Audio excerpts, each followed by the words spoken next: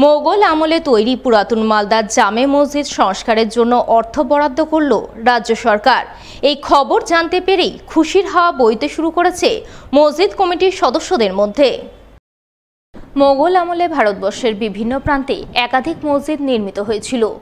এমনই এক জামে মসজিদ রয়েছে পুরাতন মালদা পৌরসভার ৫ নম্বর ওয়ার্ড এলাকায়। আর্কিওলজিক্যাল বিভাগের পক্ষ থেকে জানা গেছে, এই মসজিদটি নির্মিত হয়েছিল ১৪৫৫ থেকে ১৫৯৬ খ্রিস্টাব্দের মধ্যে। এখনও এই মসজিদে প্রতি শুক্রবার করে নমাজ পাঠ করেন মুসলিম সম্প্রদায়ের মানুষ, কিন্তু বর্তমানে মসজিদটি বেহাল দশায় রয়েছে। মোগল আমলের এই মসজিদ রক্ষণাবেক্ষণের জন্য সংস্কারের কাজ করা দরকার, কিন্তু মসজিদটি হেরিটেজ হওয়ার কারণে কমিটির সদস্যরা সংস্কারের কাজ করতে পারছেন না। এছাড়াও মসজিদ সংস্কারের জন্য যে পরিমাণ অর্থের প্রয়োজন তা মসজিদ কমিটির পক্ষ থেকে যোগান দেওয়া কার্যত অসম্ভব। এই পরিস্থিতিতে মসজিদ কমিটির সদস্যরা সরকারের মুখাপেক্ষী হয়ে তাকিয়েছিলেন। এই পরিস্থিতিতে সম্প্রতি রাজ্য সরকার পুরাতন মালদার প্রাচীন এই জামে মসজিদ সংস্কারের জন্য অর্থ বরাদ্দ করেছে বলে খবর, যা জানতে পেরে কমিটির সদস্যদের মধ্যে খুশির হাওয়া বয়ে যায়। ৯০০ হিজরিতে তৈরি হয়েছে। আমরা যেটা ইতিহাস জেনেছি যে বণিকরা এখানে করতে আসতো, ব্যবসা বাণিজ্য করতে আসতো, তারা জাহাজ নিয়ে আসতো। তখন মহানন্দা নদী অনেক বিরাট আকারে ছিল, তখন জাহাজ অটোমেটিকই ঢুকতো এখানে জাহাজে। তারা এসে নামাজ পড়ার স্থান পেয়েছিল না বলে এখানে তারা নিজস্ব জায়গাতে একটা মসজিদ তৈরি করেছিল। সেই মসজিদটাই এখন রক্ষণাবেক্ষণ এইখানকার ১০ সমাজ মিলে আমরা করি, ১২ সমাজ মিলে। এর তো কাজ অনেক দিন আগে হয়েছে, ২০১০ সালে প্রায়। হেরিটেজ থেকে কাজ করিয়েছিল, কিন্তু উন্নত মানের কোনো কাজ হয়নি। টাকাটাও অনেক টাকা এসেছিলো, ৩৮ লক্ষ টাকা আমাদের কাছে জানা ছিল, কিন্তু সেই অনুযায়ী কোনো কাজ হয়নি। আরও মসজিদটাকে আরও বরঞ্চ ১০০-১৫০ বছর পিছিয়ে দিয়ে চলে গেছে যারা কাজ করেছিল কন্ট্রাক্টর। ভগ্নাদশ অবস্থায় এখন এই অবস্থায় আমরা যতটা পারছি রক্ষণাবেক্ষণ করছি, কিন্তু তো করতে পারছি না, কাজ করতে পারছি না, যেহেতু হেরিটেজ এলাকার জিনিস। আমরা খুব চিন্তিত ছিলাম। তো যাক, আমরা খুব আনন্দিত হলাম যদি দেখে আমাদেরকে, এই মসজিদের যে লিস্টে যদি নাম থাকে আমাদের, সেই জন্য আমি আবেদন করব। আমাদের এই মসজিদটা মূলত ওল্ড মালদা শাহী জামে মসজিদ বলেই পরিচিত। আমাদের ওল্ড মালদার বুকে এটা ঐতিহাসিক মসজিদ। এখানে ১২টি মুসলিম মহল্লারই লোক নামাজ আদা করে। আমরা অর্থের জন্য অনেকগুলো কাজ করতে পারি না, আর যেহেতু হেরিটেজ আছে, হেরিটেজের আমরা বিভিন্ন অনুমোদন নিতে গিয়েও আমরা সমস্যায় পড়ছি।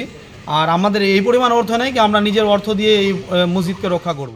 এই প্রসঙ্গে পুরাতন মালদা পৌরসভার চেয়ারম্যান কার্তিক ঘোষ জানান, রাজ্য সরকার সব ধর্মের কৃষ্টি সংস্কৃতি ঐতিহ্যকে বহন করে নিয়ে চলেছে।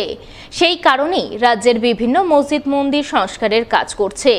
তার মধ্যে পুরাতন মালদার শাহী জামে মসজিদের নাম থাকায় তিনি যথেষ্টই খুশি।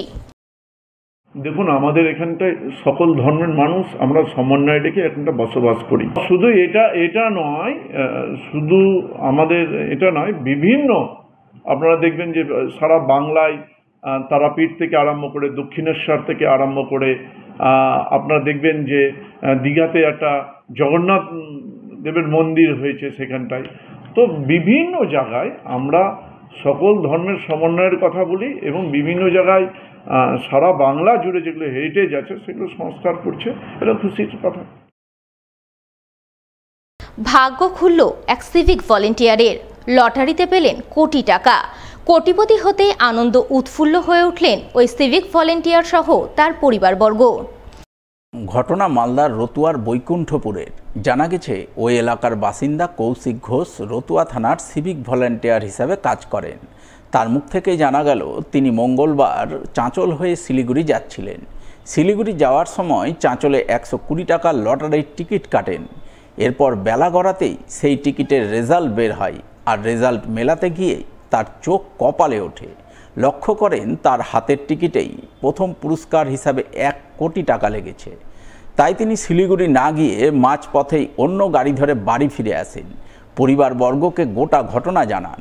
স্বভাবতই পরিবারে খুশির হাওয়া বয়ে যায়। কোটিপতি সিভিক ভলান্টিয়ার কৌশিক ঘোষ জানান, বহুদিন থেকেই একটা ভালো বাড়ি বানানোর স্বপ্ন রয়েছে তার। এবার সেই স্বপ্ন সত্যি হবে। এছাড়াও এলাকায় একটি ছোটোখাটো জগন্নাথ মন্দির তৈরি করার ভাবনা চিন্তার কথা জানান তিনি। আমি যাচ্ছিলাম শিলিগুড়ি জগন্নাথ দেবকে আনতে।